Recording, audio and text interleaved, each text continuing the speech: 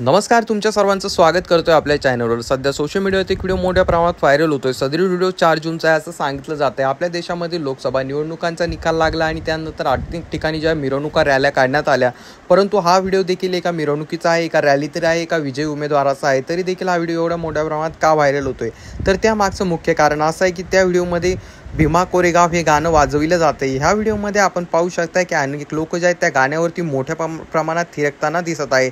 सदरील video महाराष्ट्रातील कोल्हापूर या ठिकाणचा आहे। कोल्हापूर मतदारसंघातून छत्रपती शाहू महाराज निवडून आले आणि त्यानंतर त्यांची मिरवणूक त्या ठिकाणी काढण्यात आली, तर त्यांच्या रॅलीमध्ये हे गाणं वाजविण्यात आलं। तर त्यामुळे चांगले भरपूर लोकांकडून हा व्हिडिओ शेअर केला जातोय। अनेक लोकांकडून त्यांचं कौतुक देखील केलं जाते, कारण ह्या व्हिडिओमध्ये वाजणारे गाणं जे आहे बौद्ध समाजाचं खूप अत्यंत काळजाचं गाणं आहे आणि ते गाणं छत्रपती शाहू महाराज यांच्या मिरवणुकीत वाजत असल्यामुळे सर्वच जण त्यांचं खूप मोठ्या प्रमाणात कौतुक करत आहे।